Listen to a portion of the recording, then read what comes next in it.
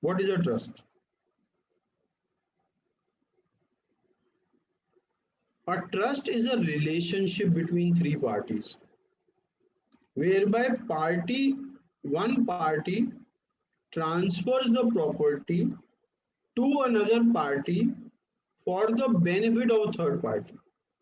That means A is giving his property to B, not to use, but for the benefit of C. So A gives his property to B as a fiduciary, and I know most of you understand fiduciary, in the fiduciary capacity, for the benefit of a third person who is called C. This arrangement is called a trust, right? This arrangement is called the trust. So trust would have a person who is the settler. He creates a trust, appoints a trustee, passes money or wealth to this trust for the benefit of the beneficiaries. So A is given his property to B trustees for the benefit of beneficiaries. Now, to explain it further, to make it more clear to you, all of you know a company, private limited or public limited company. A company is a separate legal entity than the individual. Likewise, a trust is a separate legal entity than an individual. In a company, the person who puts in money to start the company is called the shareholder. In the trust, the person who puts in money to start the trust is called the settler or author of the trust. In a company, the person who manages the affairs of the company is called the director. And this director can be different than the shareholder. It's allowed. Likewise, in a trust, the person who manages the affairs of the trust is called the trustee. And this person can be the settler or can be different from the settler. Now there is a difference between a company and a trust. In a company, any profit that arises in the company belongs to the shareholder only. Yes, but in a trust, this profit, these assets in a trust can belong to the settler, or by the direction of the settler can belong to a third person with all conditions attached. Right? That's the difference which makes trust so important tools of estate planning. When it comes to trust, and to know the importance of trust,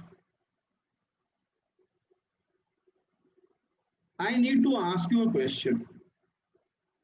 See, every property has two parts to it.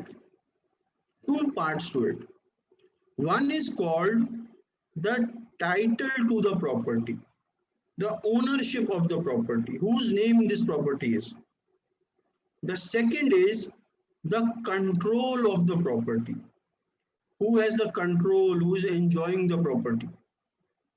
Now, if I ask you, out of these two, you can only get one. Out of these two, you can only get one. Either title without control or control without title. What would you choose? Title or control? Control. Because what you enjoy is control, and trust allow you to control assets without owning them.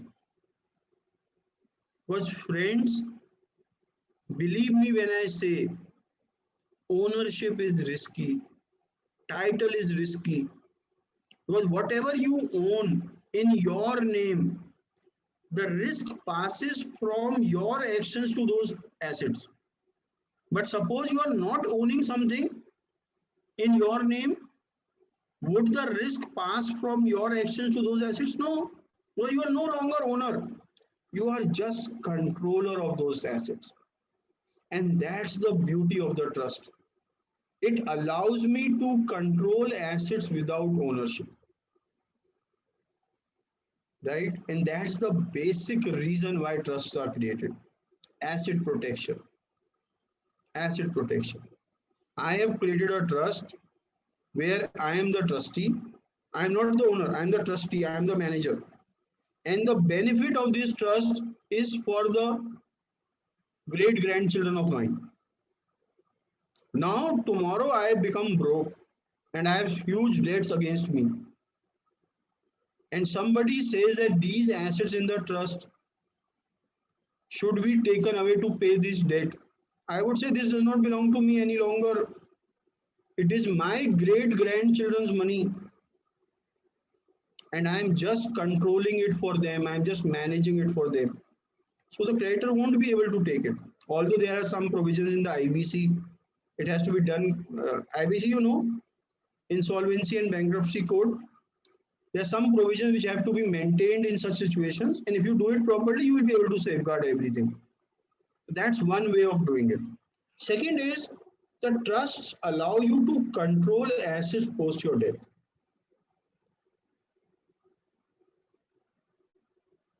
So after your death, if you will your asset to somebody, it becomes their property. They do as they wish to do it. But in a trust, you can put conditions saying that I am transferring these assets to the trust for the benefit of my son and daughter, and only the income from this asset can be distributed to my children in these ratios.